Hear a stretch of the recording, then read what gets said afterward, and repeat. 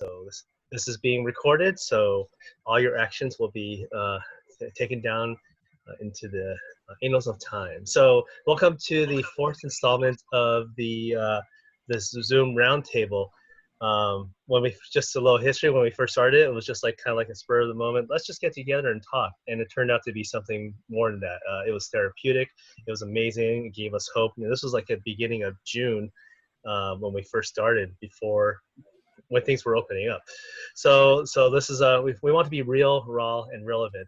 It's basically you guys talking to each other, and just be real. So this episode is about going back to school, or we call it attack of the policy. So we're going to have a lot of policies that are coming around, and as you've probably seen, my episode things are Star Wars based.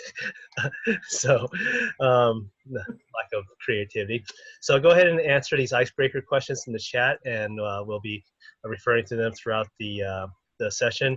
So room rules, we are being recorded. Switch to gallery view once I turn off the screen share, so we can create that Brady Bunch moment. So there's two views, gallery view and not gallery view. So that way it's much better rather than seeing one person. We could also have an open mic. So, depending on how crazy it is, you could just yell out if you want to say something. Obviously don't interrupt something. Now, if you have a question and somebody's talking and you want to raise it, you could raise it in the chat, and then you can raise your hand to then address it as well. No request for KP Compass demos. So I just want to quickly recap here about what we talked about in episode 1, which is recorded. A lot of the discussion was about fundraising and how to engage communities when we get back to school. So great ideas came about for food banks, local farms, celebrities, and getting people to donate so that you could pay the farmers who are lacking, who are unable to put off their produce because they all have to destroy them because no one's buying them, or the restaurants aren't. So hopefully in the next few weeks it's getting better, but it's getting worse down here in Arizona. Creating both virtualized, localized tours, and sharing lessons and projects. And we basically started the idea of the Bitmoji thing, which is going to come up here in a minute. Episode 2, we covered building partnerships with more communities. So we spent more time diving deeper into this particular topic. Building relationships with farms. We had people who came up with things that they've already done, and then we created this document, which is a growing doc. So it's linked in the follow-up emails. But we've had a lot of great teachers contribute ideas for these different sections, so it's definitely a good read, because there's chock full of great ideas of people who've done something. So you could basically steal that idea and use it for yourself. So be sure to check that out. So that was birthed from episode 2. And in episode 3, we were talking about how to deal with building relationships. We learned about what Australia is dealing with students going back to school after going online, which has been a struggle. Using surveys to understand students. We're bringing up the Myers-Briggs of video games, which I'm going to spend a few minutes talking about, just kind of bring it back. And then Quantic Foundry, and then the WOOP technique. So WOOP was something we brought up, which was basically an ideology where, oops, not that one. Where the heck? Oh, there it is. Second slide. But it's like WOOP stands for Wish, Outcome, Obstacle, and Plan, which is basically a way to create changes and goals and habits. So it's something that's a good practice for you to bring to your students, especially when they're working online, so you can establish certain goals utilizing these criteria. And then Bitmoji, which we'll be covering later. So here's today's agenda. So we're going to review Myers-Briggs again. Every episode I start off with a little tip, a little trick, a little learning moment, so that we have something to think about. So I'm basically reviewing that one more time for people who haven't seen it. Because it was way at the end of the last meeting, about 1 hour into it. The new Bitmoji moment, which will be, which actually Michael will be addressing. Rayan is here, so she's a special guest, and she is on a mission to organize the world of culinary. So I attended a session with her, and I'll introduce her a little bit later. Very impressive. Then we have our third talking about teacher survey, the results of the survey I sent out yesterday. Very interesting, eye-opening remarks. I spent a little bit of time about riots, digital citizenship, which is very apt um, topic nowadays, especially with online footprints, synchronous versus asynchronous. I'm sure you guys have probably got in ear for of that, so we might cover that, might not. And then we started a certificate of participation now, so if you want a certificate, contact me. So let's talk about Myers-Briggs really quick. I'm going to spend a couple minutes on it. This is something that we brought up during the last session because we were talking about how we could build relationships with kids using like surveys such as Myers-Briggs. And then I just remembered that we have one called for video games. So basically, if you play a certain video game, like I am INTJ, then basically it has a kind of like a database about which, if according to this, I am the visionary mastermind. Okay, and it talks about your personality type, what kind of games you like, and then how to become friends with that personality type. So if you guys want to know how to become my friend, these are the things that you need to do. Uh, um, or why you could become friends. These are the things you need to do to become my friend. And then advice for making friends. So this is just basically about building relationships utilizing the Myers-Briggs personality type. So it's really interesting. And we spent a good amount of time last meeting just kind of like wading through this and seeing what different personality types does what. So this is a fun exercise that you probably do with your kids. I'm sure they'll really get into it.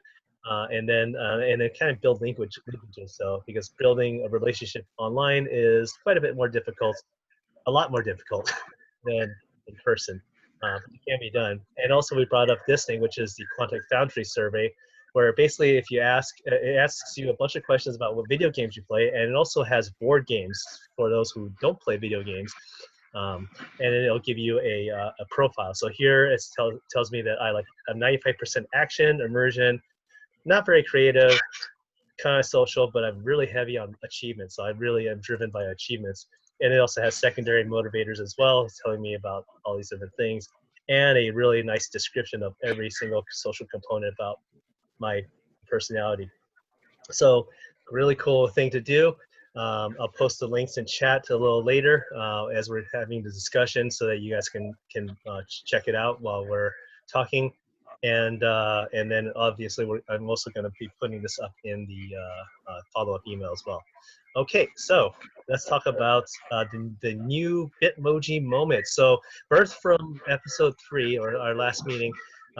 We've been talking about this a little bit, but Mike has been really mulling over this, so we just decided let's just do it. So when we created this Bitmoji group, was that 2 weeks ago? In 1 week, tons of teachers signed up, and now here's the page for the Facebook group that it's about, and we're currently sitting at where is it? 1,302 members in 2 weeks, and these members have created an incredible amount of really wonderful little mini lessons. So Mike, would you like to share with everyone about what this idea is and what the objective about it and a little bit about the whole entire thing. So Mike, oh, you're muted. You're muted. There we go. Etiquette there. So, sorry. First of all, I mean, it was an accident. It started in this group. We were discussing, and my school district's going through some Bitmoji stuff, and there's a huge craze already with, I think they're up to 300,000 members on the main site. And during this meeting, I started creating the Facebook page and just doing it. And the goal is now to basically just collaborate. And the reality is if we had half of the members on the site create one slide, we've got 2 years worth of work that we can all build upon. And it's not gonna all be perfect. And some people have different styles, and some people, I don't normally dress like this, but you know, this is my emoji in real life. So I figured I'd try it out, and I'm gonna use it with my kids. And you know, I made an emoji with a black cowboy hat and a chef coat because that was my you know, signature, and it was an accident. My daughter rides horses. I do chuck wagon cooking. This is actually my chuck wagon hat. And Bitmoji just kind of grew and developed. And I mean, there are a lot of people out there that, you know, are trashing Bitmoji and saying it's not a relevant pedagogy, but I would be the first one to disagree, because most of us know as educators, if you can't get your kids excited and engaged, then they're not going to listen to you and they're not going to want to do the work. And half of the content out there in the education world is text, black and white, dry, boring PowerPoints. And Bitmoji just brings things alive. And it's, you know, if you talk about what Nye's done with video game design or anime or comic book characters, our kids can relate with this. They grew up in a world that, you know, virtual world of Sims and everything. So I just like the idea of seeing what other teachers come up with. And already some teachers have come up with some incredible stuff that it's spawned other ideas, and it's just kind of growing. And right now we're working on a Bitmoji cookbook project, and every teacher in the site is going to get a Bitmoji page where they can put a recipe, and we'll share that with everything. And it's really just about collaboration. And I knew this year was going to be tough. No, I'm on a Zoom call. COVID. School. So I kind of wanted to get ahead of the curve and get some things that would be fun in a digital world. And since then, my school district has announced that we were going to go to Schoology. And they told us last week, the state of Texas announced that they were going to pay for 2 years worth of Schoology for all schools. And then my district met and decided they were going to wait a year and stay with Google Classroom, which I was happy about. But in the end, everything on the site is free. We're not selling anything. We're doing it as a collaboration as teachers.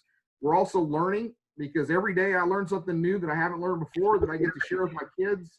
I'm actually going to be speaking at the Ohio FCS Teachers Conference for Professional Development here in about 2 weeks to all the Ohio teachers about Bitmoji for culinary arts and CTE. So I hope you join the site, and it's really just about having fun and supporting each other. And you know, it's going to be a stressful year for everybody, no matter what. And it's one of those things that we might as well have some fun with it and get our kids having fun and excited and do the best we can. So thanks for giving me the time. And I'm really glad to be a part of this group, because I like being inspired by other teachers, and you guys all do different things. So that's kind of the good thing about groups like this, that we can hear new ideas. Awesome, Mike. Yeah, I mean, it just takes a spark. And then we get inspired, and then a movement happens. So thanks for spearheading that. And you know, these meetings are great because new ideas come forth, and then we share it, and we elevate everyone by doing this. So thank you for that. So I posted the link of the Facebook group in the chat. So if you're not on Facebook, I don't know if there's any other alternatives, so I'm sorry. Create a blank profile. That's what I say. Create a blank profile and just join. You don't have to do anything like that. So there's that. So I have Rain here. I attended Rain's culinary session on Monday, and she was quite inspirational in what she was trying to accomplish, which is basically building a massive database of resources that teachers are already sharing. Now, to be honest with you, I've been in this game or this business for many years, and I see teachers trying to do this. I even tried to do this years ago, but the internet 10 years ago was very different than it is now. But the thing is, it's all about organization, and she created a very wonderfully detailed organizational approach to this, and has opened up this Google Drive to teachers to basically put stuff in and take stuff out and then contribute. So basically it's like a group movement, or like a wiki, but not a wiki, but someplace, but it's all about the organization. And as she says, we don't want it to be a hot mess. So Rain, are you here? You're here. You were here. Yes, I'm here. Do you have your video on? I do. I'm Okay. here. Yeah, I see you. There we go. So talk about this idea of yours, and how it came to be, and what you've seen from it just in the past week. Okay, so it came about just out of need, basically. I personally have had a lot of files, and I went through recently and I deleted a bunch because I was just throwing files in and I wasn't organizing them, or I wasn't keeping it as organized as I wanted to. So I belong to a lot of different groups. I do a lot of research. I look at other teachers' websites from across the country and around the world to see what they're doing. And one of the common things that I've noticed over the years from teaching and looking to see what others are doing is it's not very organized. There's a bunch of recipes listed, but it doesn't focus on the technique.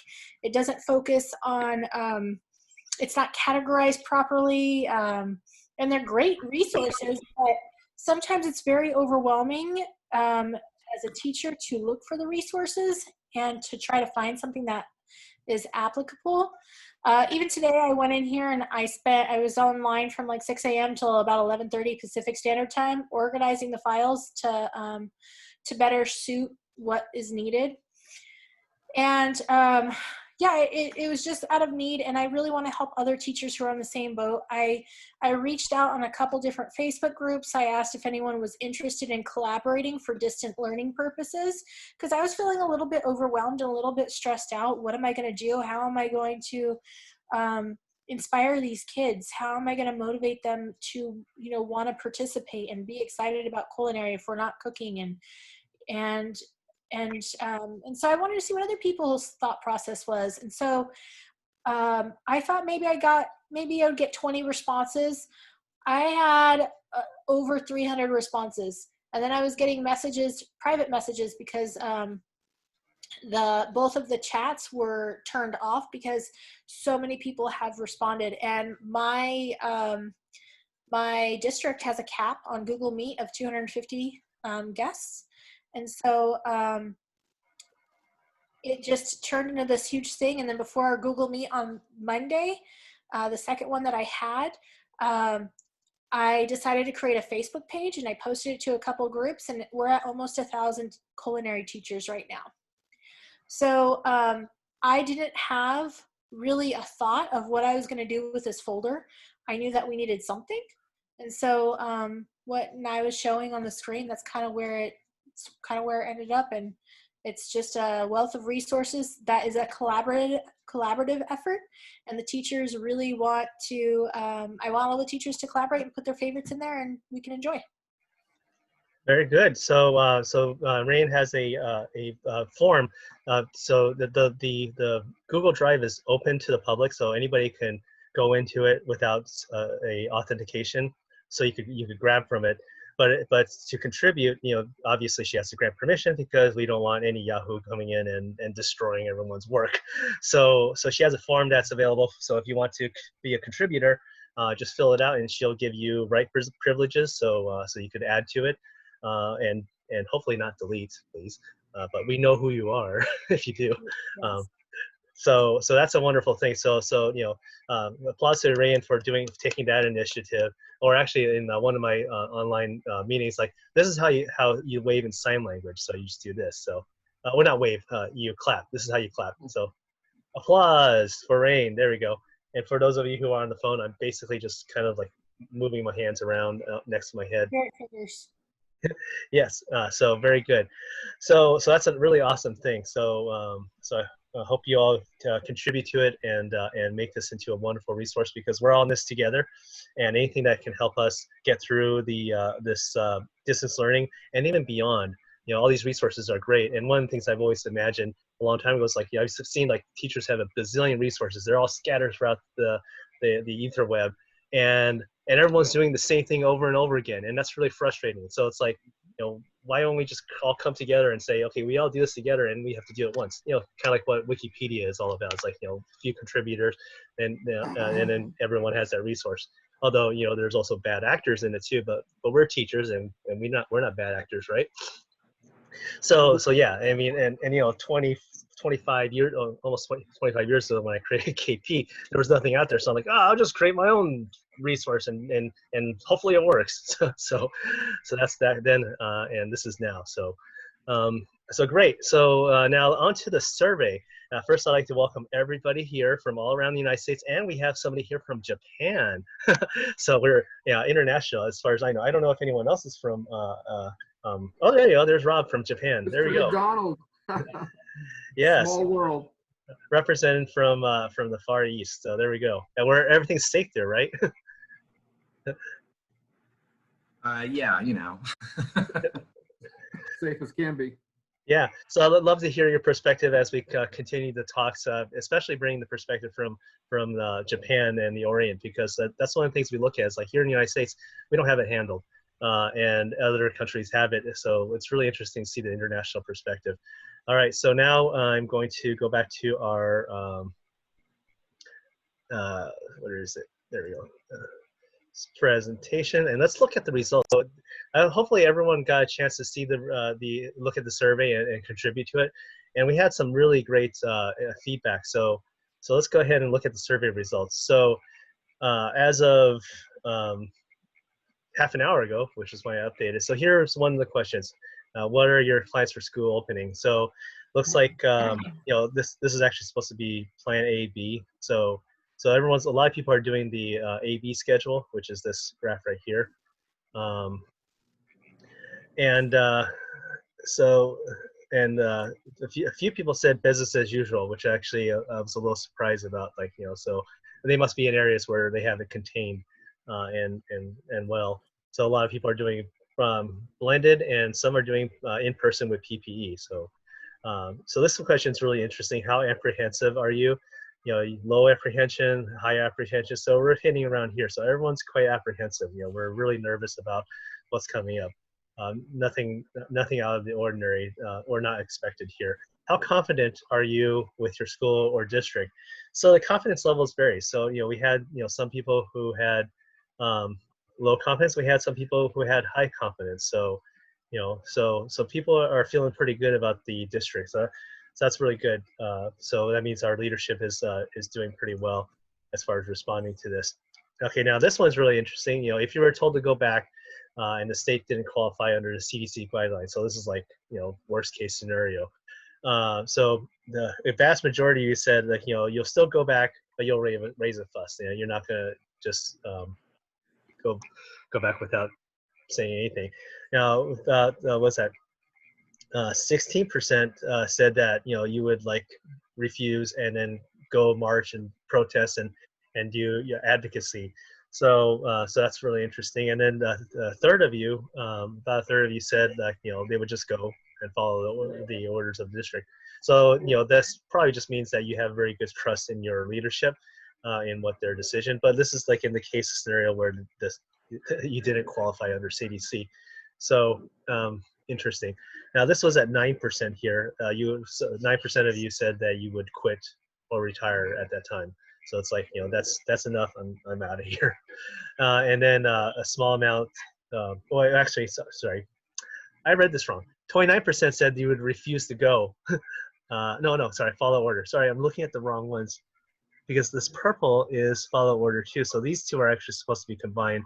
That's one of the things with Google Forms is I added the word the in the middle of it, and then it split the two results. So this should be actually, this is 5%, so this should be 35%, so a third. That's what that purple means. So interesting results. Now the stuff that the written feedback was actually very interesting. I'll post all of the feedback on a page so you all can read it. But I highlighted a few, like this one here. Talking about the most common form, which is like come Monday, Wednesday is for RTI, and then Thursday, Friday. Another one said that they're giving choices every 9 weeks, so that's a very rapidly evolving situation. This person online, and actually, if any of these like resonate with you, write it down, and then you can raise it as a discussion topic later on. So the people who are doing it online don't know who is it going to, so it's a lot of unknowns. So that's some of the highlights from the other. This is from the other category. And then here's a section where I said like say anything you want, rants, and anything like that. So I just I just bolded these because I got tired of hitting the highlight button. So this one's saying that kids are on and off again with no consistency, making arrangements. It's very stressful. This teacher said they're only given an outline, not a plan. So this is talking about administration not being very thorough. Wrestling with decisions, feel sorry for the admins. So they're looking at it as an inempathy.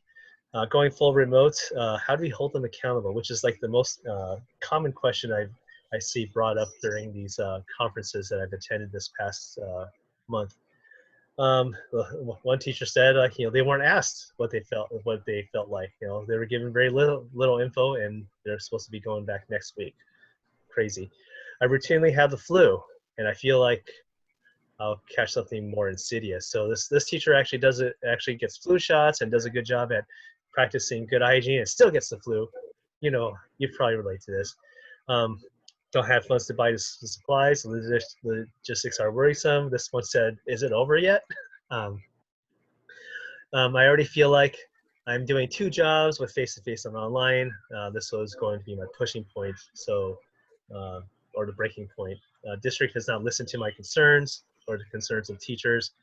It's all about the money and getting kids back to school. So a lot of teachers feel like it's a money-driven decision, not a health-driven. So this one's saying the New York governor is dragging his feet.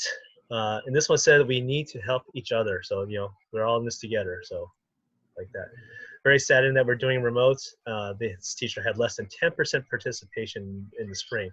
Although I think that a lot of it came from the governor saying no harm, so grading. So that really contributed to the kids checking out.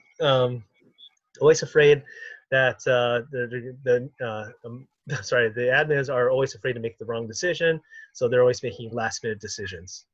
Not very good. I'm appalled that the district is requiring teachers to go back in the building.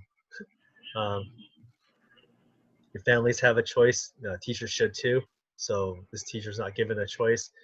Teachers can't give the same attention in a virtual than face-to-face. It's unrealistic.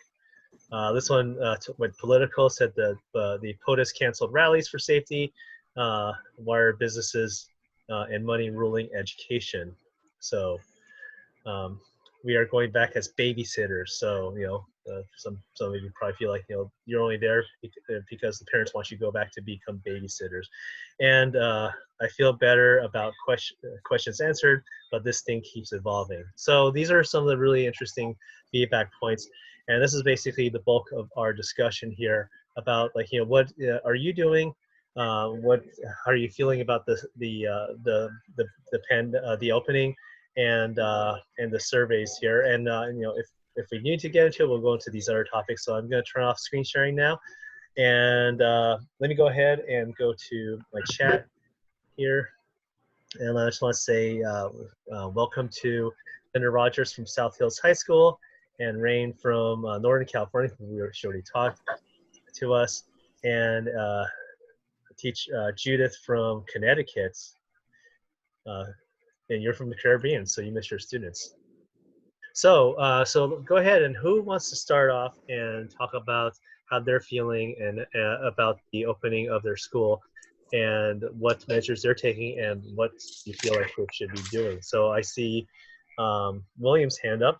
So first in line. So go ahead and tell us what's going on.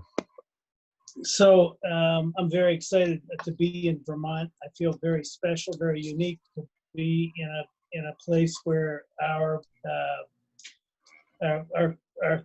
governor and everybody involved are a team of people that really care about us, and we're really looking forward to be in person, and I'm feeling comfortable and safe. Not everybody is, but I am.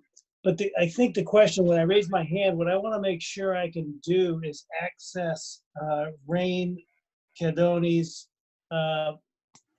drive. How do I do that? I'm sorry, I'm ignorant. I know, is it on? Do I go on to the Facebook page and find that, or? Actually, I'll post the link to the drive right now. So Wait. Oh, don't. Okay, not yet. I'm waiting. No. So yesterday I got a great idea from, I don't know, somebody that's hosting this. And I have a little bit more control because okay, so really quick, I posted a bunch of stuff this morning, and I posted on the Facebook group, hey, you have full access to it. Please don't delete anything. I need to go eat. I'll be back later to do it, blah, blah, blah. And people already deleted stuff. So please go to the Facebook page and join the group if you haven't. And then there is a Google form, and I'm adding people daily in the morning. Okay. Can you put the form in the chat so that people without Facebook can get to it? Yeah, I can do that right now. Okay, great. So that's taken care of. That answers that. And to just reiterate, I am very fortunate to be where I am. I am so sorry that not everybody has the opportunities that we have up here in New England to have leadership and focus on just, I mean, we've got a mask mandate statewide going in on day after tomorrow, and we don't even, we haven't had any new cases, so it's we're being really cautious, really cautious, and I think that's I pray for all of you. I pray for all of you. All right, thank you, William. Yeah, so the sound bite isn't faring very well.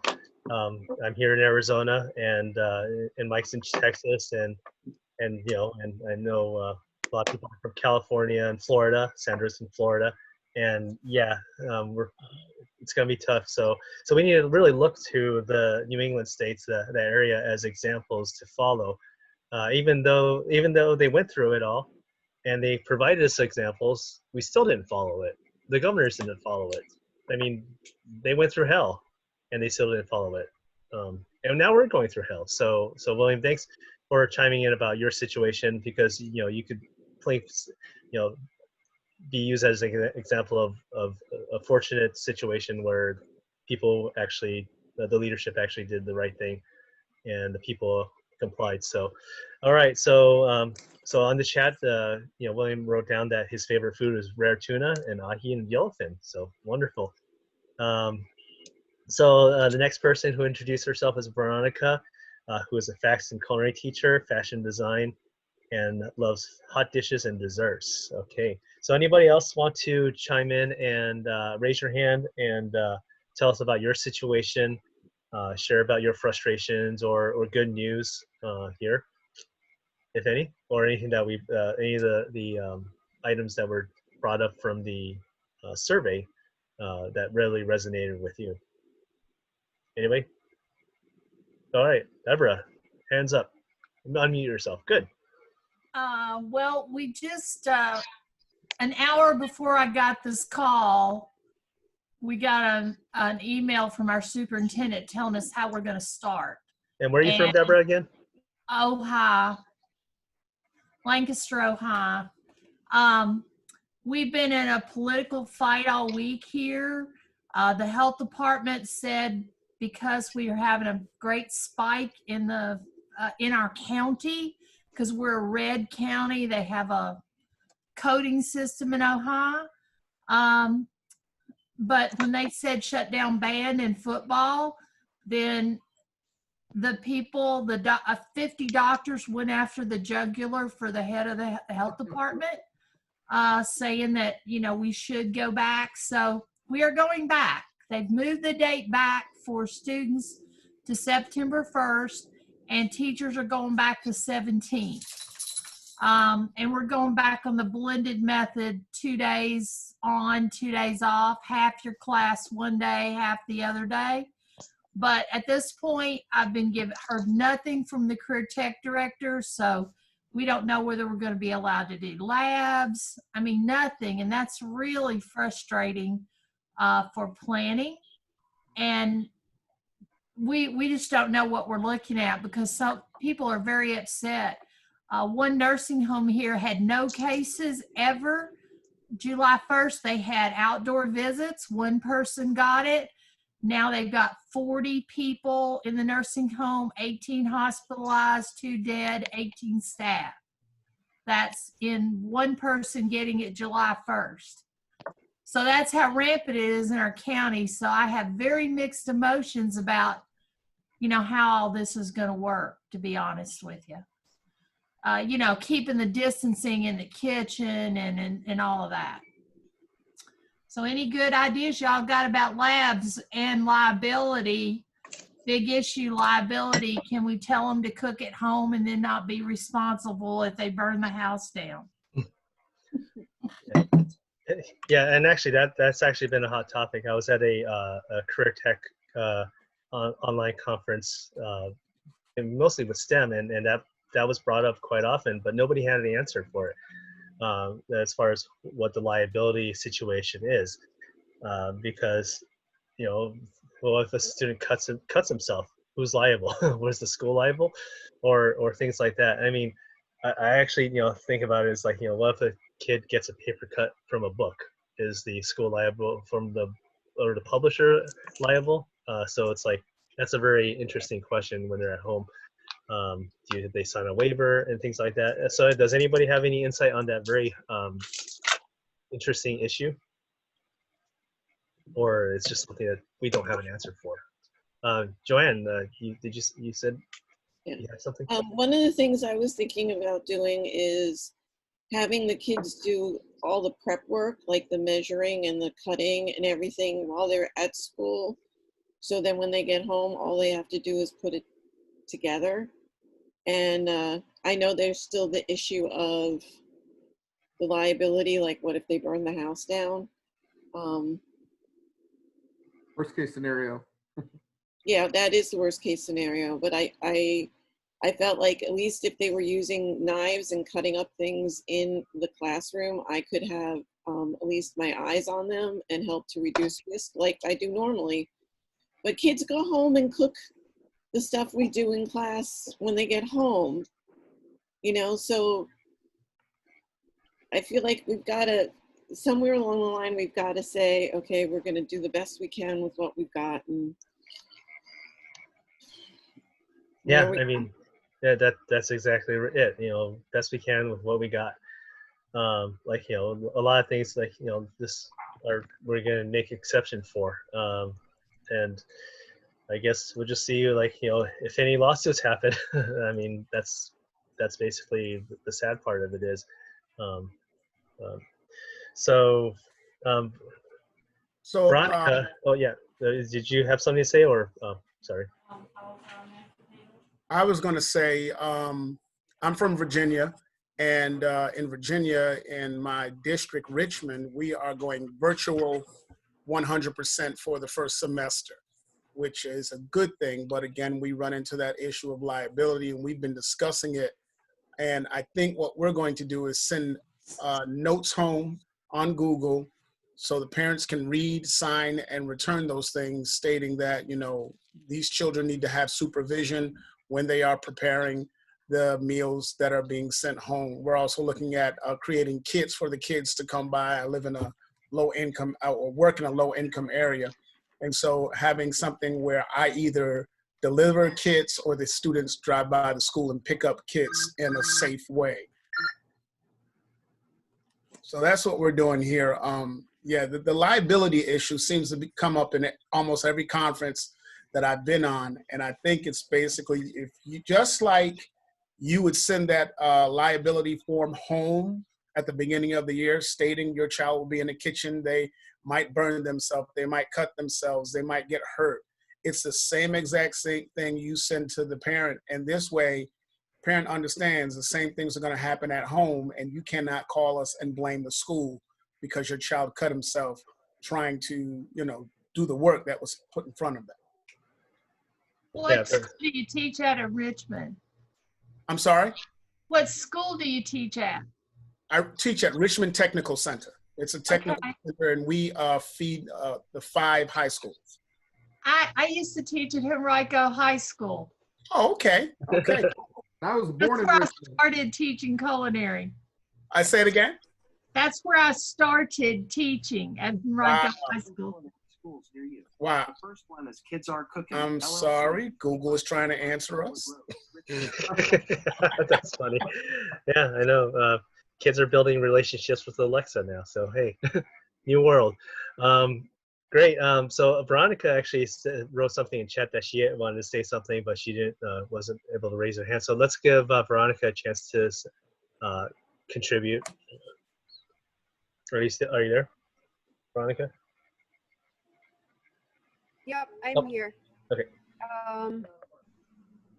So I was just talking about the different things that people have been doing in Wisconsin. So some of them made packets of small, measured all the ingredients and everything, because not only we have a very low economic families in our area, so they oftentimes don't have the ingredients at home or the money to buy ingredients. When I started here 20 years ago, we had 30% of our children were in the low socioeconomic, and we have 75%. We also have 30% who do not have online access, so our spring semester was really a huge we had 30% of children who felt as bad as other people, but it's way more than we normally have. So some teachers made packets, some teachers sent home recipes. Some people did online demonstrations for their students. So I couldn't do the packets because I wasn't sure if they'd let us send the ingredients home, although I had a lot bought ahead. But also because I had 92 children and there was no way I was going to go to school and make packets for 92 children. So ours, in Wisconsin, we have 6 different models of how we may return to school. And at this time, our district is looking at 2 or 3 of the models. Our school board isn't meeting until August 5th to make a final decision. And I'm not even going to say that's going to be a final decision because oftentimes we don't start till the first week in September. So they could change their mind anytime before that. For example, yesterday and then today we had 2 more major districts in our area, Green Bay School District. They were talking about going in person, and all of a sudden in a few days they changed to being from face to face. They're going to do totally online in the fall. So those were just some ideas I had, and I don't know. I looked, I couldn't find my raise my hand anywhere. Thank you. No, that's great. Thanks for contributing. I know everyone, a lot of people are in the same situation you're in, and actually, you know, your conversation actually exemplifies a lot of the problems that kids are having because your audio was coming through in a delayed fashion. So, those like digital difficulties or that the kids deal with. I mean, you're dealing with yourself with your bandwidth issues, and the kids have bandwidth issues or lack of computing, and then so it's like just compounds on top of everything. So it's definitely a difficult situation. So thanks for chiming in from Wisconsin. Okay, so I'm gonna do a few more introductions here, and then we'll. So Tina raised her hand, and then we also had Leslie rose her hand earlier as well. But let's go for the chat. So let's see here. Celine is from Oakland Schools and loves lobsters and crabs. So do I. So the next person is actually going to be Tina, so I'll introduce you later. So Ed Leslie, you rose your hand a while back. Let me get to you. And William, is your hand raised from before, or do you have something new? Sorry. Okay, Leslie. Hey, y'all. I'm in Atlanta. My favorite food hasn't changed. It's still Chinese food. It's not going to change. One of the questions you asked about how to teach upside down. So we're still, what are we? All virtual. So one of the things that the CAB teachers are trying to figure out is at least getting kids cutting boards, spatulas, a spoon, like some of the basic stuff. As far as liability, no knives, which I'm like, get a baby a knife, but that's just me. And then we're figuring out how to set it up like meal kits. But for right now, I don't even think anybody's in any other buildings. We're not allowed to go in the building. Even the principals, I've seen emails saying that they need to stay at home. But that's our idea for how to get figuring out pickup stations, how to get the kids food, but just, creating kits. And then one thing we're going to do is try to do the same recipes, although I don't follow recipes, try to do the same recipes across the district so we can develop, the kids' same skills just across the board in case they have to transfer, God forbid, but I don't even know what that looks like virtually. Going from the living room to the TV room. Right. So, but that's all we got, just sharing all the good resources. So Escoffier has some good stuff out there. I did their class this week. So I learned how to use, you know, 2 cameras, 2 computers. Yeah, there's So, definitely a lot of good tech training resources out there. So a lot of good techniques and tools, and we're all discovering new abilities on a weekly basis. So very good. right. Oh, look, I can see everybody. Everybody looks real good out there in the land. Hey, y'all. Hey, hey, y'all. Yay! I know it's a Zoom or these video conferences have just become ubiquitous, but it's definitely good to see everyone. Usually people only hear my voice, which is good, I guess. Okay, great. Thanks for contributing, Leslie. So next up, we have Tina, and actually it's kind of opportune because I was just at the part in the chat where introduction. So Tina, a culinary teacher from Dover, Delaware. So you're in the New England area, just like in okay, and your favorite food is warm cinnamon rolls. Oh, love those cinnamons. Okay, so what do you have to say, Tina? Trina? Yeah. Hi, it's Trina, but that's okay. Yeah. Well, I was just wondering and asking of advice. So if we don't know yet. We still have no idea. They haven't decided in our state what we're doing. But they're kind of telling us we're probably going to be hybrid, which is fine. But if at my school with my other teacher, have everyone come back, AB, if we get it, we have 300 students, culinary students. So there's no way we can send things home at all with 300 students. So Jesus. I know. So yeah, that's a lot, but hey, it's fun. If we go hybrid, my whole plan is to go back in the kitchen. I want them in my lab and doing things if we can do it. Who's doing that? And what are your biggest worries, hesitations? What are you guys thinking?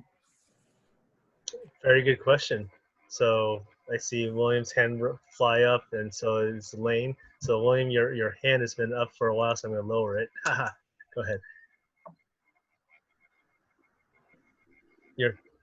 Go ahead. Okay, so just from a standpoint of I've been working really hard with my IT guy, and he's got me a tripod and an iPad, and because we know kids can't just get around and watch a demonstration, what we're doing is they're going to be on my hands, and we're going to have a choice. Kids are, just even if my students choose to come to school, parents may say no.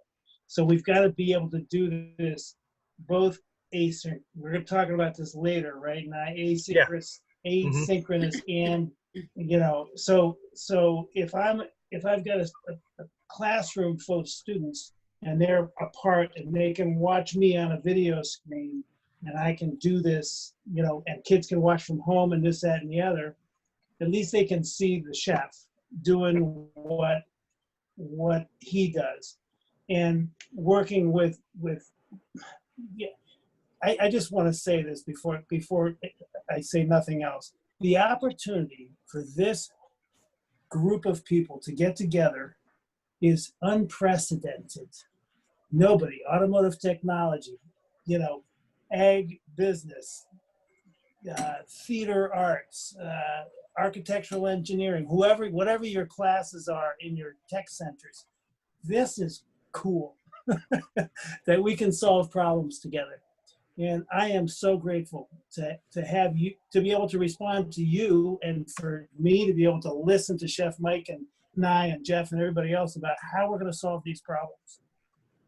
Anyways, I think that's my 2 cents, is the ability to deliver curriculum by virtue of a virtual demonstration.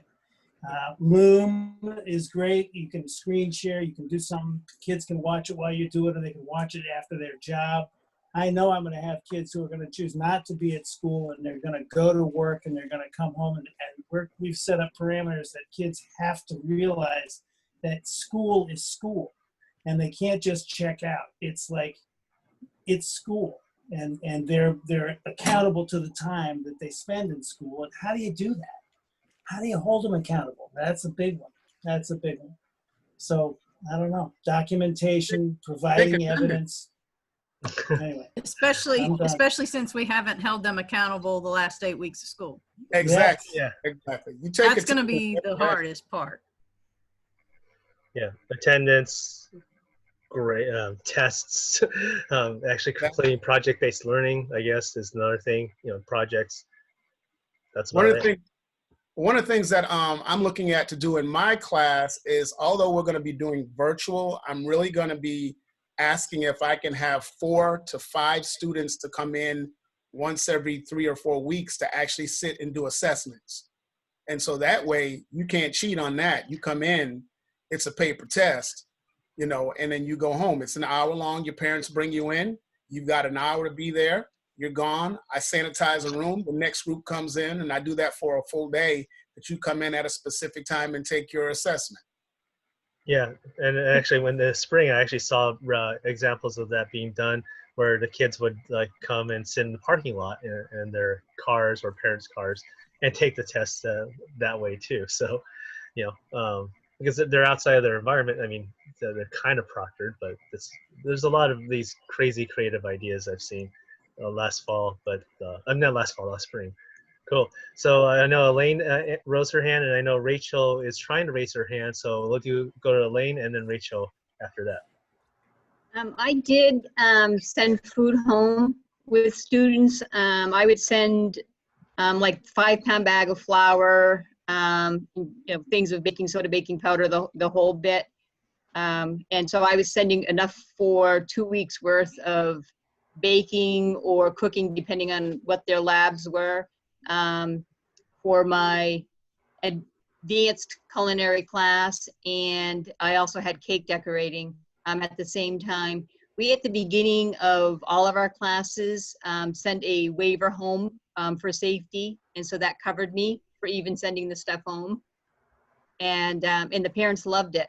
And they took over my role as the evaluator for the food, because even the students have to do an evaluation on it. And so the parents were actually very good as far as doing the evaluation piece of it. So they had to do some of the monitoring, because they had to also assess the cleanup piece of it. And so there was some level of the parents controlling what was going on in the home because of that. Or if they weren't, then they at least were pretending that they were watching what was going on. And so that kind of alleviated the administration being leery about the kids cooking at home. So that took care of part of that. We are going back to school, but they're holding it off until the second week of September. We usually start at the end of August, so that the teachers are going back as normal, but they want to give us a chance to get everything organized and set up. One of the things that I have asked for is plexiglass to be between stations, to have a little bit more distancing for the students.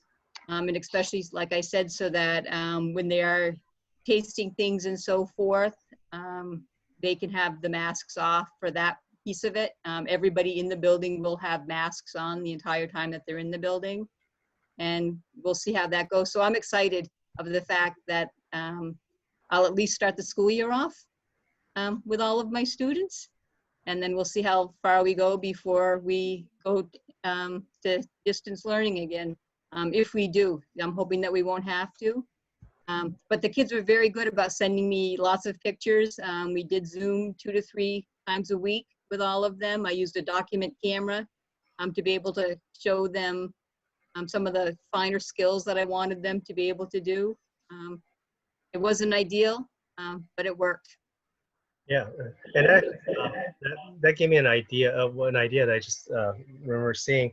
And I don't know if anyone's ever tried something like this or engaged something like this. When you're talking about building kits, it's like I remember seeing a piece where like restaurants, to make up for their loss of, even with takeout revenue, they started building like these like kits, cook at home kits, not just because they had all this extra supplies. So maybe engaging in a local restaurant where they're still getting their supplies from Cisco and things like that, and making a deal where, hey, can we put together a kit for my students? I'll pay we'll pay you a little bit more than what you're getting, just to support or whatever way, and then working a relationship with a restaurant. So it's just another one of those ideas that, you know, it doesn't hurt to ask, because yeah, they're hurting, and they're like, hey, let's just push more inventory through, and you know, maybe if they're making 5%, that's actually not bad for a restaurant when it comes to their bottom line anyway. So anyway, a couple more introductions, and then we'll get to Rachel. So I'm on to the. I was actually reading some of these comments here. Like, you know, Judith said that he missed telling the students to put away their phones. And the reason I'm reading this is for the people who can't see the chat, and then also the people who are watching the video, they can't read these chats either. So that's one of the downsides of the video. Joanne loves lobsters and teaches from Milton, Vermont.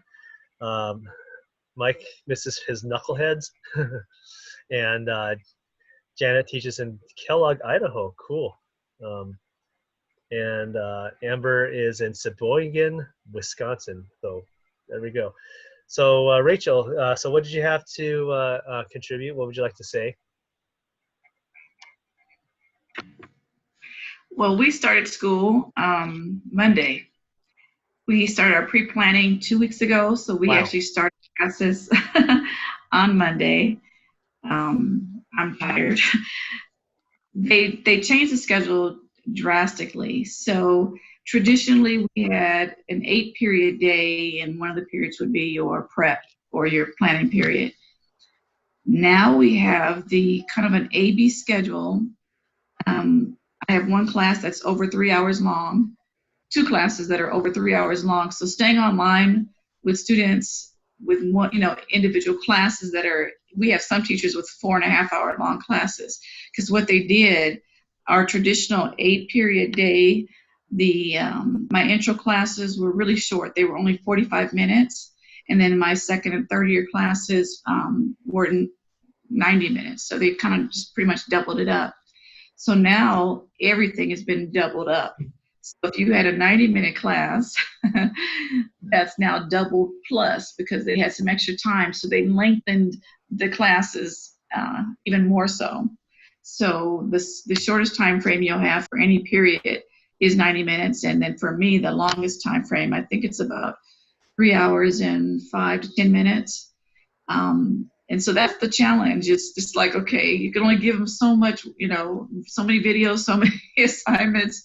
And it's been like, and the kids, you can see them in bed. They're it's funny, but not funny, because that seems really a lot for the kids that have classes that are that length of time. And they may have more than one class, depending on what the class is.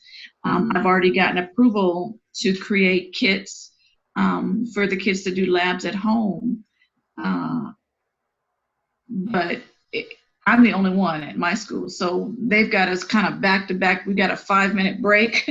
We have one day with no planning. So there is not much time to really get stuff together and then have it out and ready for them to pick up. So I'm hoping that I can get some folks to maybe help out with getting packets together for some students. The principal doesn't really want me to do it for everybody, but you know, once one jumps on that bandwagon, the kids want to be in school regardless of what the situation is. They want to be there. So that's going to be kind of a hard one to maneuver them. You know, some kids need it because they can't get the ingredients, and some kids want to get there because they just want to see their friends, you know. So that's going to be a kind of a, I don't even know how you describe that. It's going to be a little juggle to make sure I'm serving the students that really need the service, so to speak. Other than that, it's just very tiring, because it's like I'm an introvert very much so, and to do all that talking for the entire day, you know, I give them assignments, but the intro classes, my intro class is pretty much doubled, because they're just kind of putting people in there at this point, not people who requested it. So it's a challenge.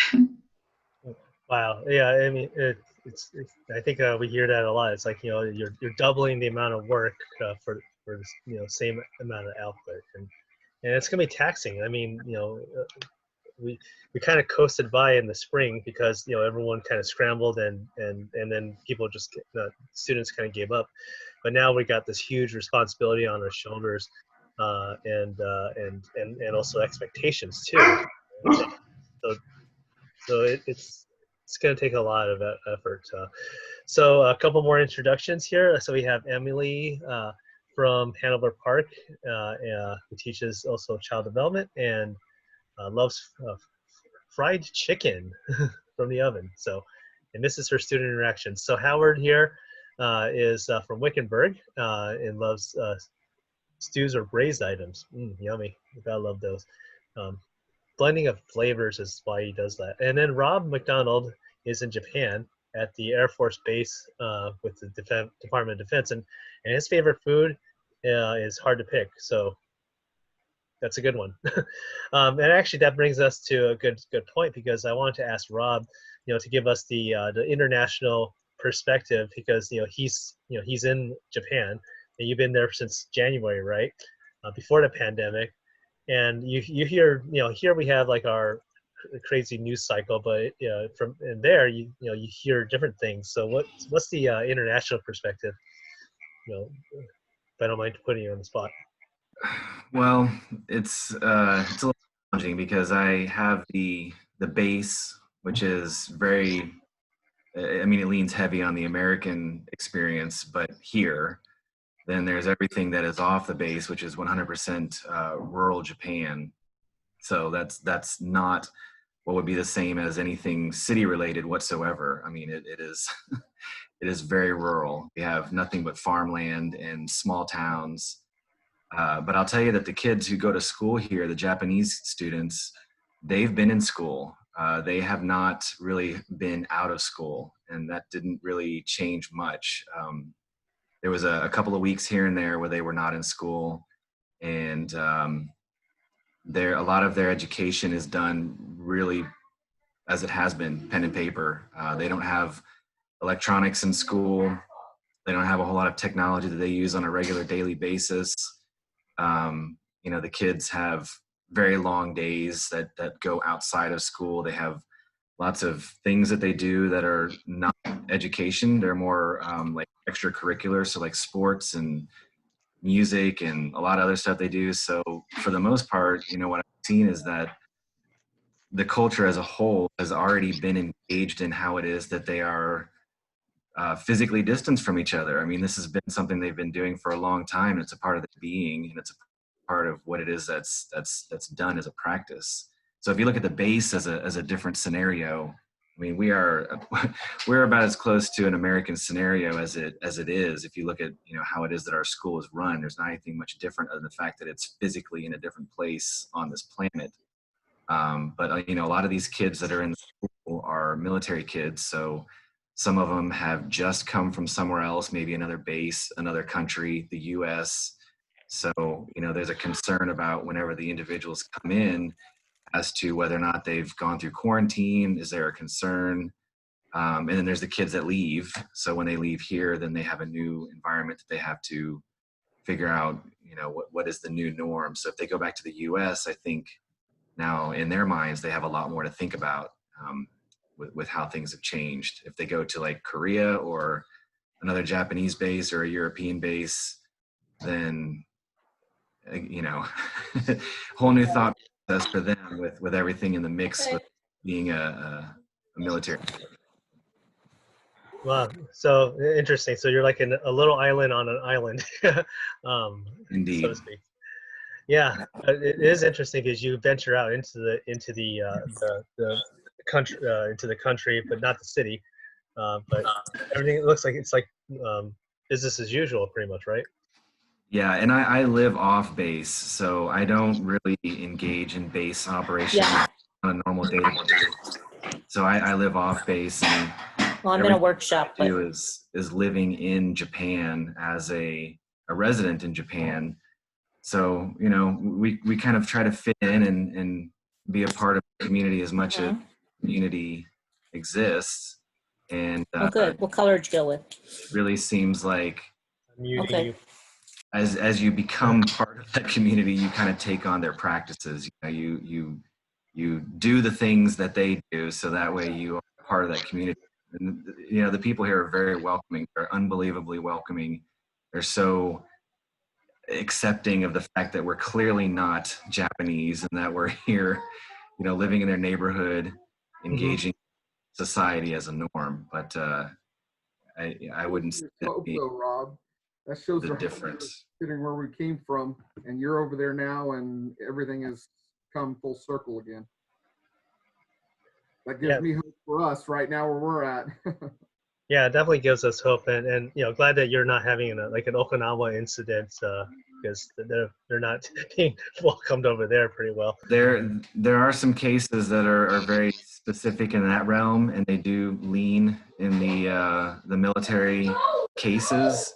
But as I'm kind of trying to watch the local news and what's sort of happening within the Japanese culture that is separate from the base, they're seeing some issues as well, but they are all related to the places where it's going to spread. So it's in bars, it's in large gatherings. Baseball started up here, and they allow people to come to the stadiums, but they're very, very specific about how many people come in. We can't go. I mean, military is allowed to go, but the Japanese have accepted that other Japanese can go. And if you look at, like for example, sumo wrestling, there is still no attendance in that scenario. There would be people in the audience watching that, but they just televise it with 0 people in the audience. Interesting. Yeah. So I'm going to ask you one more question. And Pretty Man, whoever you are, I muted you. So just know that. So does that mean that your teaching your culinary arts classes are pretty much operating as normal then? No PPs or no changes? So I am, like most people here, we are the only people on our campus that do what we do. So I typically in the past have only had a group like this to really lean on and to ask for help and guidance and support and what did you do in this situation. But fortunately within the island of Japan, there's about 4 or 5 other culinary teachers at some of the other bases, and we all work very closely together. So we have all been talking about what are we going to do, because right now what the Department of Defense has put out is not specific to CTE or culinary at all. So what we've kind of come up with is we need to develop our own plan, put it into place, push it out, get approval. And it's an interesting environment, yes, but it's not much different. And I'll say, for those of y'all that have had maybe more than 1 or 2 administrator within this many years of being on a campus, we just had both of our administrators move on to other places. So I don't even have administration right now to look to and say, here, can you approve this? Can we do this? But right now, I think for the most part, Japan as a whole is saying that all of the bases, all the campuses are going to have in person, like starting from day 1. I don't know how long that'll last. I don't know what will change, but we're all planning on being in person, and we don't have nearly enough guidance about what in person is going to look like. I mean, we know what we're supposed to be doing here socially and on a daily basis, and I think everybody when they go to work, but we haven't really gotten around to that point. Now, the only difference is students are able to pick if they want to do virtual training, and they will not go to school. They will have a completely different teacher teaching them. So those are teachers who have applied to teach virtual school, but they will then not have any engagement with the physical school whatsoever. And after the semester is over, if they want to change, they can. But those that want to do face-to-face, then they'll be there on campus doing whatever the regular thing is. Oh, that's interesting. So basically, you're flying blind in a way. All right, great. Well, so that's what's coming up. Any plans of coming back to the States in the spring, in January? If I do come back, I don't know how I'll be able to necessarily get back into Japan. I have SOFA status that allows me to come back in, which is kind of like a visa, with my military orders, but that's only if I'm employed. So if I come back as a visitor who's not here for business but for pleasure, I won't be allowed back in. Yeah. No. Yeah. So you want to stay in Japan, right? For now, I have at least another year, and beyond that, there's a huge demand for educators who do what I do, as long as the Department of Defense continues to want this. one of the guy that teaches in Okinawa moved out of his position, and in a very strange twist of fate, the guy that replaced me at my campus in South Austin at my first job is taking that job. So I'll post on, I'll pass on some opportunities if anybody wants this, but there's culinary schools in these parts of Europe and Japan that I think there was one in Korea that was open. Yeah. Okay. Cool. So you're gonna poach educators. Okay. Cool. You gotta get past the Department of Defense, but you know, it can happen. Yeah. Although the only enticing thing is that it's safer there. So anyway, so thanks, Rob, for sharing us your perspective, because it's very unique. I'm sure that many of us have never heard of that kind of perspective before, me included. I mean, I've heard about it, but never in that kind of detail. So thanks for sharing. So a couple more introductions here. Amber likes mac and cheese and ice cream. So do you like mac and cheese and ice cream together? Thanks for sharing that. Rachel's from Bangs, Texas, and she loves beef and anything chocolate. Or how about mole beef? Okay, that sounds good too. Okay, and actually Deborah in chat brought up a really two interesting topics here. And I'd like to have her chime in on those two and maybe start a discussion on that. One is on employers and students, and the other one is on ProStart. So Deborah, would you like to talk a little bit about what you entered in chat? Yeah, I think we need to get our community and our employers reminded that they are not, they can be fined if these kids are working in their establishments during the school day, unless they have, unless there's been an established internship where the student is working as an intern during the school day, which usually involves juniors and seniors. Because the biggest trouble I ran into in the 9 weeks is that so many of my students had been hired during the day, and they were working 30 and 40 hours a week during the school day, and they would say, well, I can't come to your Zoom class, or I can't do my work because I'm working. So I think we need to kind of find a way to remind our community of that. And these employers, instead of just thinking about them as a workforce, they need to realize they need to be in school. So that's an issue. That was the maybe how we could engage the community in that or get them on our team. The second thing, I was in a meeting with Ohio ProStart, and we've been advised that there will be no in-person ProStart in Ohio at all this entire school year, and that they will have some competitions, and they will be virtual of some type, but they were given no guidance yet if there would be any national. And my kids depend, I'm in a very low income community, 51% under the poverty line. My students depend on those scholarships that they earn in competition.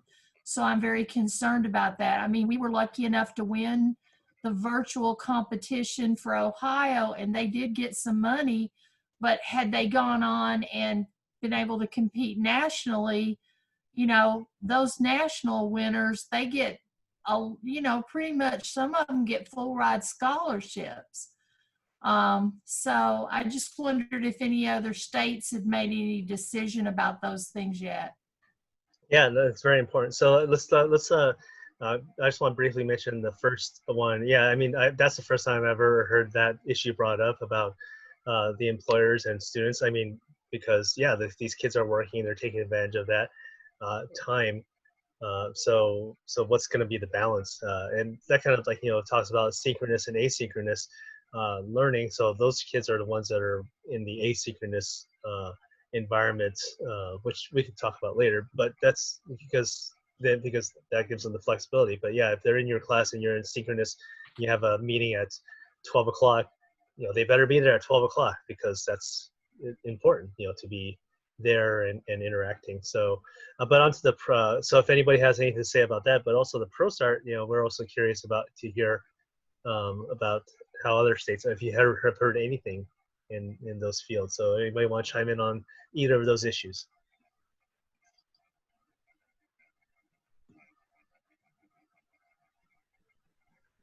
I know that we've had a lot. I mean, we had the same issue where I had so many students who were at work during the whole entire, March, April, all of that.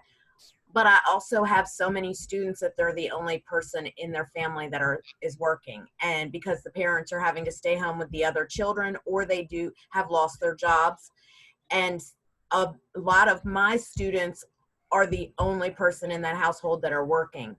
So I think I'm going to have to, as long as they're in my junior and senior years, reach out to those employers and try, like you said, to make them into a co-op position, and then have them do their learning later in the day outside of the regular class hours, because we have so many students that they have to work for their family, and so I'm going to try and make that work for them to also buy into our class, because so many of them, their parents aren't working. They're the only breadwinner in the family right now. Yeah, tough situation, especially when some people can't go to work, so they have to pick up the slack, or they're immunocompromised. So I mean, yeah, everyone has differing situations that we need to be cognizant of and empathetic of. Anybody else? Trina, that's a really good point. And I think if we can work with the employer to say, look, I understand this kid really needs to work, but can we compromise, and maybe he'll be in class 2 days for sure every week, and then we could schedule him as co-op for the other times. So I think that's a really good idea. Thank you. Yeah, I like that too, that you're, to compromise that way. Just because, I mean, I know where we are, I have so many like that. And yes, you could go and find the, try and get them to be fined, but I would rather help that kid and not hurt that employer and keep them, employed, just if we could work it into a co-op situation and do half. I like that idea. That's great. Awesome. Anybody else? Can I share for just a second? Yeah. I'm doing this online class for, with my peers at my school regarding, best practices and our automotive technology teacher is really brilliant, and he's got more students than he can handle. And so he's decided that he likes the idea of having, he divides his 40 students, and he's going to bring 5 in or 8 in 5 days a week and work with them individually. But he's got most of them, as you say, need to work. They need to support the family. We're in rural Vermont. These kids need to work. So his idea, and I shared it in the chat, was to share learning targets and to share whatever it is that you are teaching at the moment with the site supervisor, and somehow have them buy in and work with the instructor to provide feedback, to have the student ask good questions, to have those problem solving skills and those communication skills, and to get these kids out of their skin, and to work elbow to elbow in the business so that they can actually see what's going on and feel and have it validate what we are teaching. I think that's a really key piece, Trina. I think you've really hit a point, and I think it's a collaboration, and it's the same with parents. Parents really want, especially I find parents who have students with special needs or who are learning challenged, they are all in. They're all in with us. They want to be there. They want to support their children, and I found a really great. I love having a window. I mean, Nye, when you were talking about, having let's take a vision or a view of your learning space. Let's share your learning space with me. You're giving me a window into your home, and that's unique. That's That's something we don't get when we're in person. And that's a big deal. It's a privilege. It's a privilege for us to be able to that's my girl. That's it's a privilege for us to be in their homes. Yeah, Anyway. thanks. And he was bringing up the topic that we was from the last episode where we were talking about ideas of building relationships. Go back and watch it if you haven't, or listen to it if you haven't seen it yet. Great ideas from that. So William, you're really lucky that you have an employer that's willing to go the extra mile to do that. So wow, that's like getting that level of involvement, for an employer is amazing. So I know Mike rose his hand, but Lisa rose her hand earlier. So Lisa, I'd like to hear from you and about this. I appreciate it, and sorry for coming on late. I had some things that I couldn't get out of. So it's all right. You can watch the recording and catch up later. Thank you. I did want to say that right now in South Carolina, we have not heard anything from ProStart, and they're on top and everything's like real quick with ProStart, and they have our whole year planned out for us before we even start school. And this year we have still not heard anything as far as what our plans are here. As far as working, I know I spoke with one of my students this week, and she said that she didn't think she was going to be able to actually come to school at all because she's so good that they've put her as one of the top employees, and she's going to start working morning shifts from like 7 to 3 or something like that. And I agree. I mean, they need to be in the classroom, and the way we are structuring it this year, my level 2s will be here every day in the morning. And our second semester is supposed to be reserved for the like co-ops and things like that. And I'm hoping that they'll move that, but I haven't heard anything of whether we're moving in that direction or not. But we're trying to get it because of accountability. We're trying to get these kids to attend online during their normal class period. We're doing the hybrid model of like I said, my level 2s will come every day. I only have 8 in there this year. It's a fairly new program. And my level 1s, however, will be split and come every other day, with Friday being virtual. So we're trying, but we just found this out Tuesday. So we're way behind. Wow. That is pretty wild. So Mike? Well, I was just going to add I have similar issues, and it's really an apprenticeship.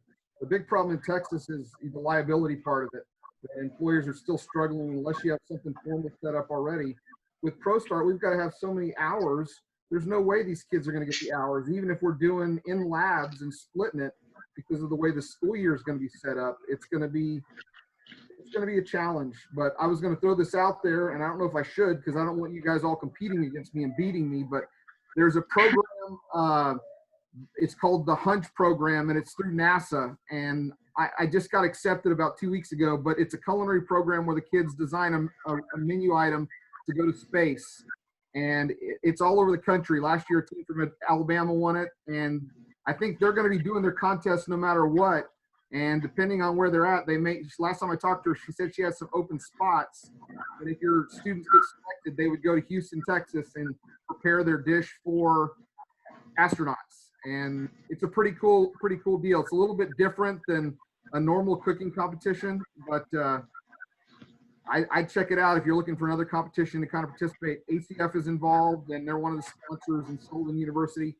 And the kids are learning about all kinds of things about food that you wouldn't normally think about. How do you space? And then if you're really bored, you can do barbecue or learn about barbecue. Yeah, that's great. Can you post that the program in chat so we can have it written? Yeah, that's really cool. Another great idea. And actually, Rob wrote in chat a really good point. He said this seems like a great opportunity, emphasis on the word "great," to evolve the system. We can bring a lot of ideas to the table, and because of the need for this disruption, the time is right. So, if we're going to have to change the way that things have been done for the past decade, half decade, or even century, we're still in the factory model of education in a lot of cases. this is the time to really disrupt it and make those changes and then make it stick, because everyone's being forced to adapt, and now administration are willing to listen, and teachers are willing to learn. So a lot of great confluences of factors to bring this up. So great. So thanks, Mike, for putting in the Yeah, hunch just don't beat program. me too bad. Huh? I said, just don't beat me too bad if you apply. Yeah. All right. So Otis says you gotta go beat Mike now. So everyone's got to be up for Mike. No, that's What's the old saying? All's fair in love and war. Absolutely. yeah. We'll all gang up on you. So it'll be interesting to see who's gonna win. So yeah, challenge accepted for everyone. So yeah, so that's interesting. The employer and the pro start. I mean, I know a lot of CTSOs. Somebody wrote, who was it that wrote the CTSOs? Veronica's wrote that. You're hearing about that from FCCLA, probably Skills USA at the same time. I mean, there's all these things that require lots of people to get together are going to be very difficult, unless if you're in a bubble in Disney World, and you have millions of dollars, which we don't have, the NBA. So that's anybody else want to add to that particular instance or that topic here? Think about ProStart or so what is everybody's thoughts currently about how competitions will wind up this year, as far as what you've heard? ProStart or Skills, FCCLA. We're going to host barbecue competitions in March or April and do one competition. And we've already got, in Missouri, we've got probably 30 teams. Georgia, I just talked to a chef in Atlanta. So they're going to try to get one cook in, and then we're going to invite everybody that cooks this year to come to Georgia for a national championship in the summer. So, I mean, that's all up to COVID, but there's a possibility that, if they're going to let football happen and athletics happen, they should let our kids cook. And it may be different this year, but we just have to deal with it. I mean, it seems like this is another one of those opportunities where you are mimicking what happens in the world that we are in. I mean, the food industry, the hospitality industry is one of the largest, and they have to make it work. So we should be partnering with them on every level possible to make sure that we're preparing our students to be a part of that. Yeah, totally agree. I mean, so especially, I mean, I see barbecue working because you could do a lot of that outdoors. It's all the indoor difficulties that's causes spread. But hopefully I'm sorry. But not even letting our regular restaurant, like you were talking about, Rob, mimicking what the industry is doing. On the call I was on with all the Ohio teachers, I don't think there were a couple that were looking that maybe they could do, takeout, but most of our restaurants, our catering, everything has been shut down, which affects the hours in ProStart because their job hours have been reduced. Now, the 200 hours they usually got in our school-based business, that's dried up. And they're not even letting us follow the guidelines. We could match the guidelines maybe on takeout or something that the restaurant industry has been given. But, because of that big L liability word, we're kind of shut down. And they did suggest that they're going to have to offer some alternate, like they offered alternate assignments for the ProStart hours for last year. They suggested that they will have to do that again. I think that's why I don't get any pushback from my administration about cooking, because I model my classroom after the industry, and they see what's going on in restaurants. The same thing's going on in restaurants. They haven't quit. So, you know, my kids are wearing masks, gloves, aprons, hair nets, you know. Are we social distancing? That's impossible to do in a kitchen. It's impossible to do in a restaurant. No, they're not right up on each other like they normally like to be, but, you know, I think that's why I'm not getting pushback at all from my administration about cooking. Yeah, I'm glad to hear that, and I'm surprised, Deborah. Is that a district thing, or is that a state thing that's pushing, that's keeping you from doing that? Because I totally agree that with Sandra, there's like you can totally operate a takeout and still maintain the proper standards, as especially following CDC guidelines, you know. So liability, other than liability. It's a district, it's not a state mandate at this point. So it's a district by district. But, you know, of all the teachers that were on the call, I think 1 out of maybe 30 was being allowed to open their restaurant. I haven't been told yet. I have no idea what they're going to allow me to do. So, you know, I'm just kind of in limbo with what I can do, but based on everybody around me and what I heard on that call the other day, that most everybody, their restaurants are shut down, their catering, everything. Lisa, do you have something? Or I was just wondering if this had already been addressed or not, but the cooking at home and trying to do that, has that already been addressed and not before I came in? Yes, we did talk about the liability issue, and there were some really good ideas as far as what was brought up. But what are your thoughts on it, so that we can kind of add that to the mix? Well, I mean, I know there's a lot of liability. I know we have to look at, originally I was all for us being able to still use the cooking at home. I've been in contact with some of my peers that will actually do food boxes or whatever that they send home with the students once a week, and they just do their labs from that. And I even have knife kits that we talked about renting, and I thought, you know, there's too much risk of those getting damaged and whatever, but I have some just chef's knives so they could at least practice knife cuts, and you know, have one that we don't care about if it just gets ruined. We aren't out that much money. But 99-cent store. Do what? 99-cent store. Chef's knives. Well, they're a little bit more, but they're just old. But they, one thing that somebody brought up was the fire hazard, and what if the house burns down, and what's the liability for the school district if, you know, say Johnny is cooking and little brother Timmy burns up in the fire because he was doing his lab and didn't do it right.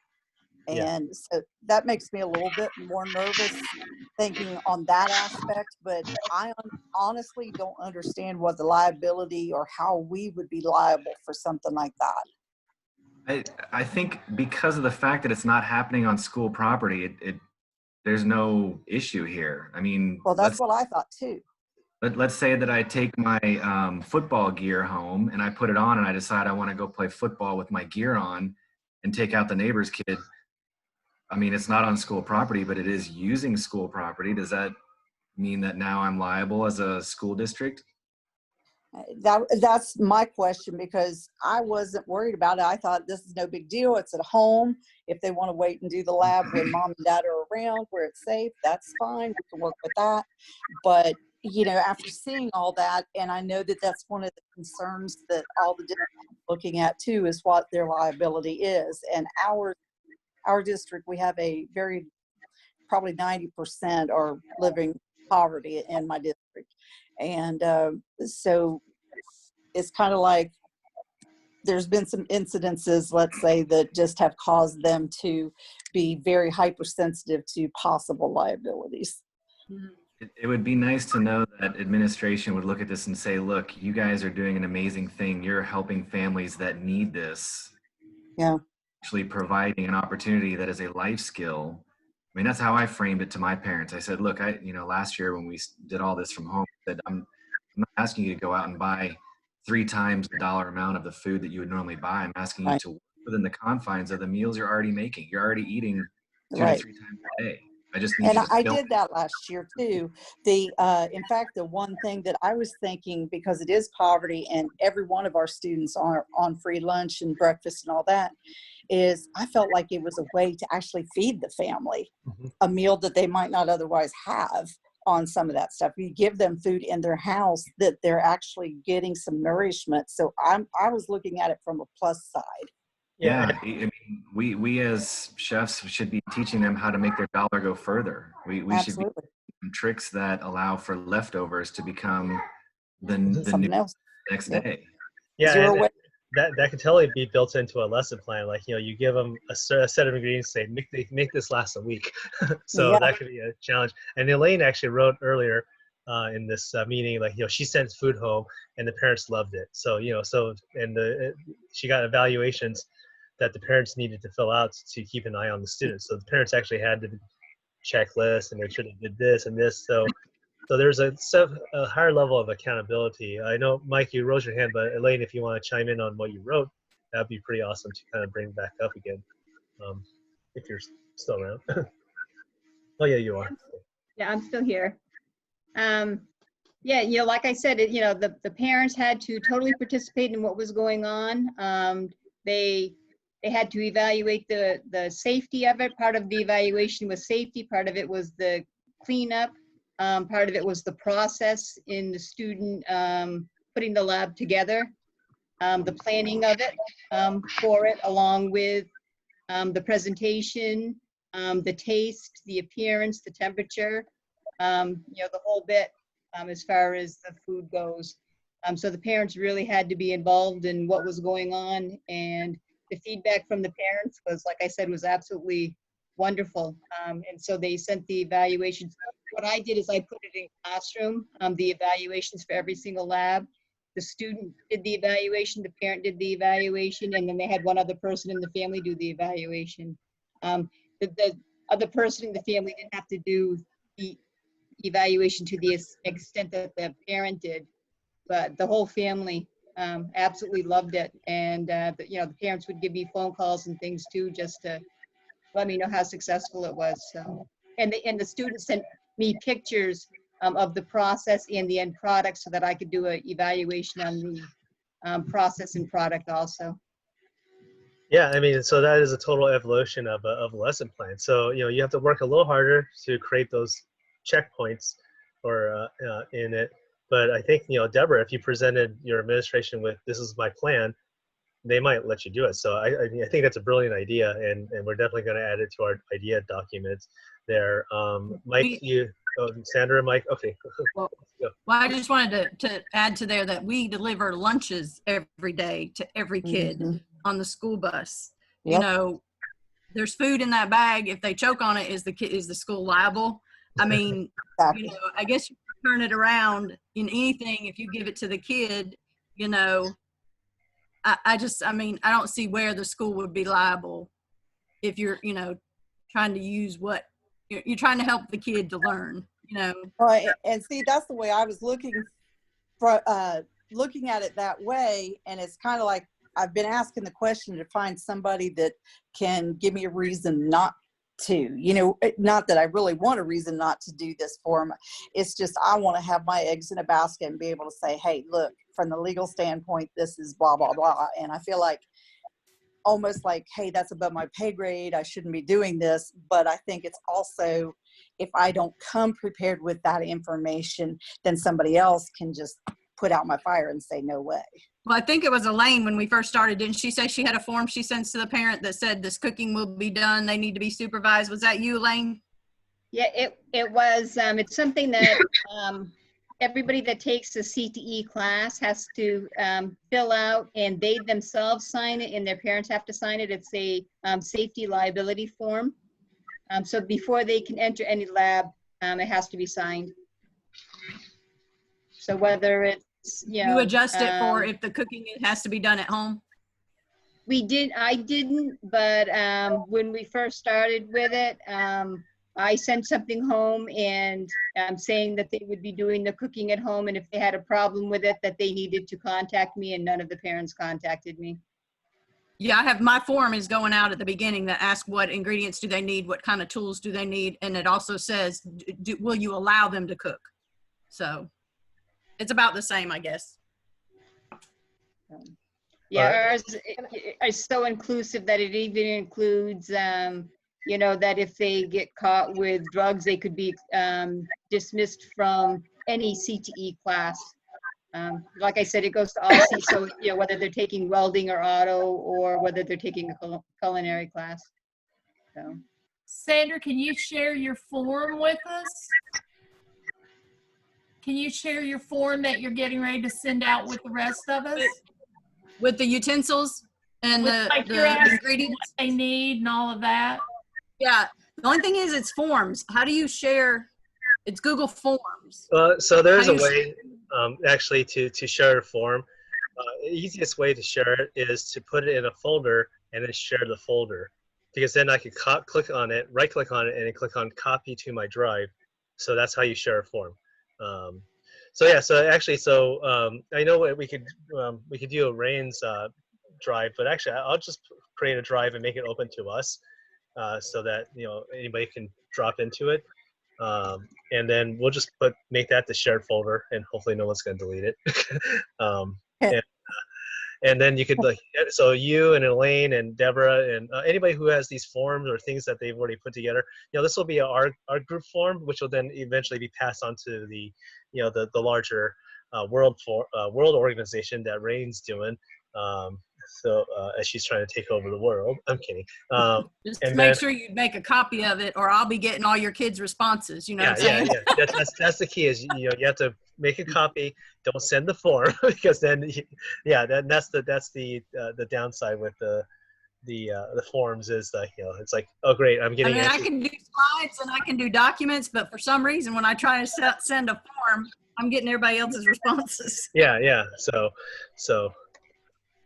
Quick question: are you all sending equipment home with them too, like the knives and the cutting boards or whatever? I haven't put knives. I didn't put knives down there just because, not knives, but I put things like hand mixers. I put that on my list. I don't even have those at my school, so. Well, I haven't decided how I would provide them yet, but at least I would know if I needed it. Yeah. Okay, so I'm putting the link to the form here, to the folder here. So instead of sharing the form, you can actually copy your form and then paste it into that new folder. Therefore, it'll create a new form, and then you won't get any of the responses. So basically, it's like copy and paste. So go to your form, click on the drive, and then paste it into the one that I just posted. So that's what the other way is. Instead of sharing, you just copy yours into that folder. So it'll be creating a copy, and it'll separate from you as far as responses are concerned. And then anybody who goes to that folder can then right click on it and then create another copy and bring it into their drive. So I'd say Elaine, you need to put your form in there too. Yeah, everyone put their forms in there. So yeah, I think that that and then your lessons that you did, Elaine, as far as your checklist, I mean, I don't know if you're willing to share that, but those things will be invaluable to these teachers, because I think Deborah can probably kickstart her thing back up again. Well, at least at home, but not at school. So I guess that solves one issue, not the other. But yeah, I think that's a great idea to cover the liability and also create extra engagement, because who want to complain about free meal? Come on, especially if you are in a lower income and you're creating like coca vin or something like that. It's like it's better than mac and cheese. So Mike, so good. I really love that. I really love that fact that you shared that. That's a huge nugget of information right there. I didn't worry about the liability my last 9 weeks because I had all this food in the kitchen. I went and bought bus tubs and I cleaned my entire kitchen out and put every kid in my classes went home with this huge amount of food. And then I gave them 4 weeks to just create menus and what feed their family, and they had to send me pictures in. So I didn't even think about it. But like I said, now that all these forums are going on and everybody's getting so edgy about it, You know, I didn't even think about any liability. I just thought about I'm feeding these families, and they were grateful for all the supplies and stuff I sent home. Great. Thanks. So Mike, you had something to say earlier? We're at I 2. was just gonna, you and me always brainstorming, and not that I have enough projects on my plate right now, but one of the things I love about this is the collaboration. And what if we did hashtag cooking for COVID, and we basically all share once a month a cause that we're going to do in our local community, because we all have every CTSO, whether it's family, FCCLA or ProStart or Skills USA, they're all supposed to give back to their communities. And if we could do, let's say October is hospitals, November is elderly, December is let's bless a family in our school district and responders and cook for them and take them a meal and then take a picture and post it, hashtag cooking for COVID, so that everybody knows that us as a collaborative group of culinary teachers all over the U.S. are teaching our kids to give back and serve, but also we're doing something that has action and value in our own community. And obviously that you're going to get press out of it. Some of you may get, a news story or something, and it promotes what we're doing as educators and may give you a chance to talk about it on TV and say, hey, look, we're not only teaching our kids how to cook, but we're also teaching them how to be good human beings and take care of those. Like my dad, my father-in-law are both over 75 and locked in a room somewhere, and they barely go shopping. They don't want to go outside. And every time you turn on the news, somebody over 70 is dying of COVID. So, figuring out a way as a group that we can all get, just one thing across all programs, whether it's FCCLA, CCAP, Skills, ProStart. If you don't do any of that, hashtag cooking for COVID, and then let's post pictures of the projects we do with kids serving other people. That's a brilliant idea, because because we're all doing all our own little things, but if we come together as a group and then trend on Twitter or something like that, that'll start to bring more notice and novelty to this whole situation. So Mike, I can't wait to see your TikTok video on cooking for COVID. So That's a brilliant idea. Brilliant. It is. Mike, I'm just going to say one thing. I don't know how it is where you are, but I know that I had made the suggestion about cooking for some of the nursing homes, the older people and so forth. I think we'd have to make that like maybe the students are cooking for their own elderly people, because here they won't even let them get takeout and things like that into the nursing homes right now. They won't allow any outside food coming in. So just make sure you check. I'm not saying don't do it. I'm just saying make sure you check before you've gone to all the trouble and you're saying, hey, we're going to do this. And then all of a sudden you don't have anybody to give it to. So. Guys, one idea I will tell you that we do for any of our students who they have a death in their family, or our staff, then my students always cook a family meal, or we take food to that family. So, we are having these COVID deaths. So that is something we could do if a student or a staff member is affected by a death in their family, then we could take some, that would be another piece of this cooking for COVID. Because it's teaching them that people need, when they're in stress like that and in grief, they need that support.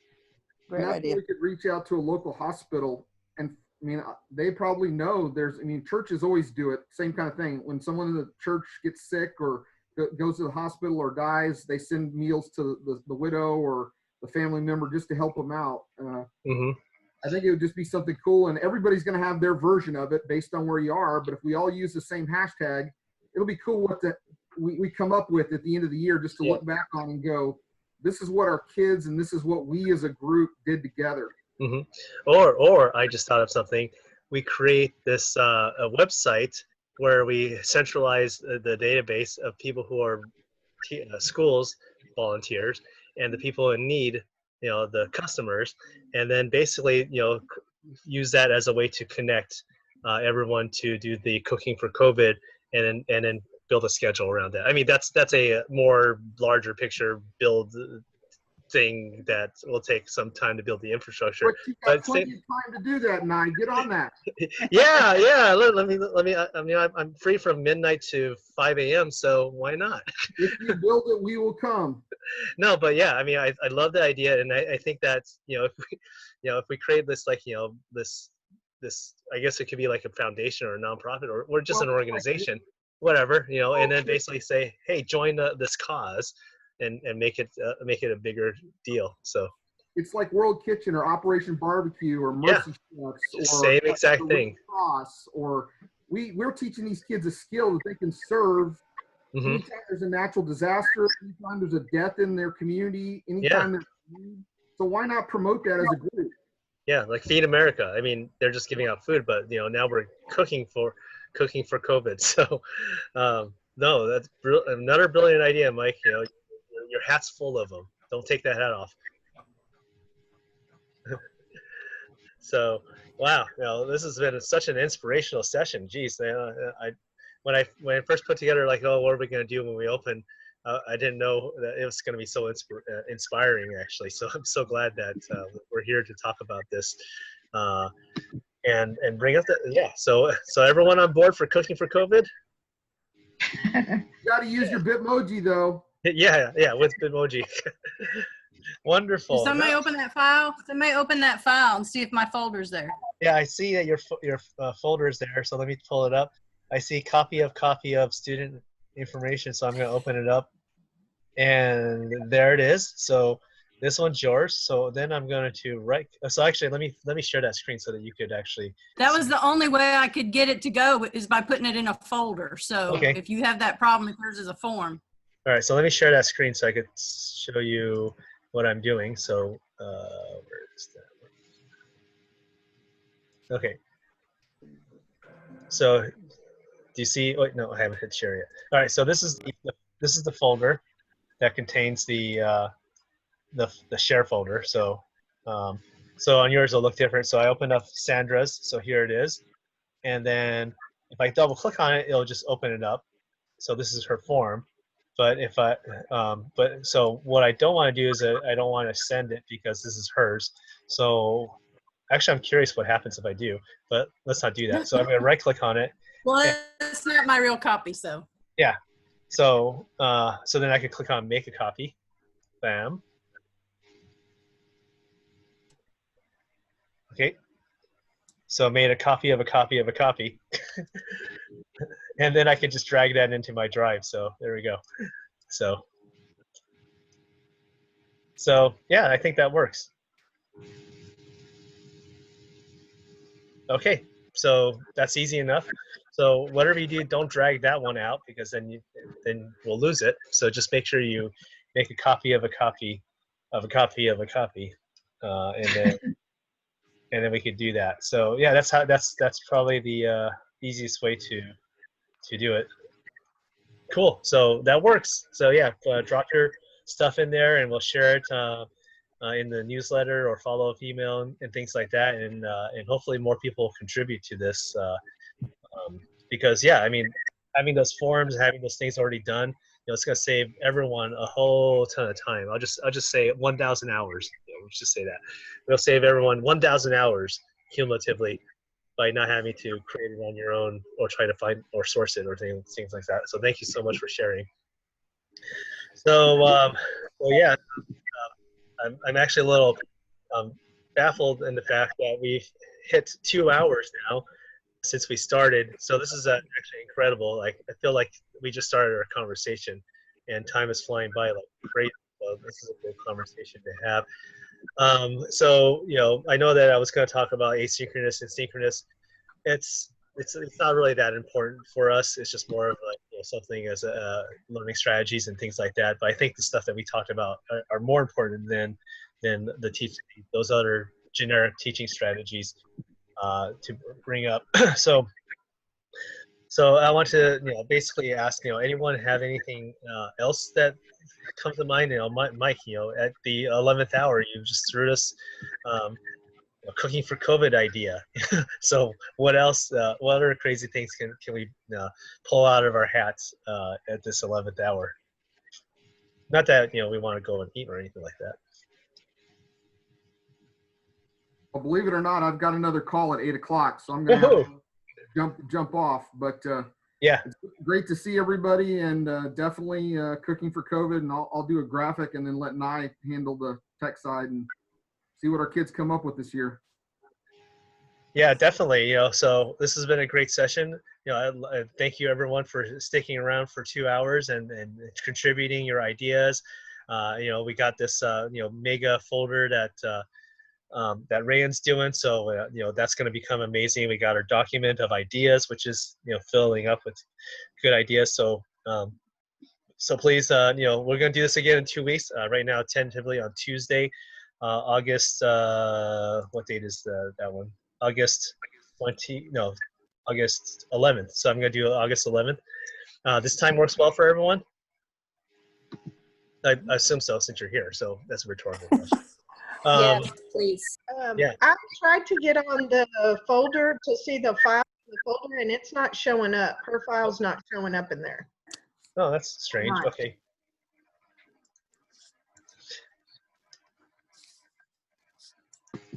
Bye, guys.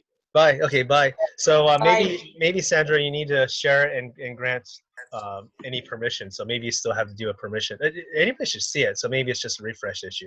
We'll work Yeah, on. I just looked. It's not showing on mine either. Okay. Can you also please show how to make a copy again too? Yeah. So we go right. I right click on it and I made a. Oh, that's weird. Oh wait, that's the folder. Sorry, on the folder. Here's the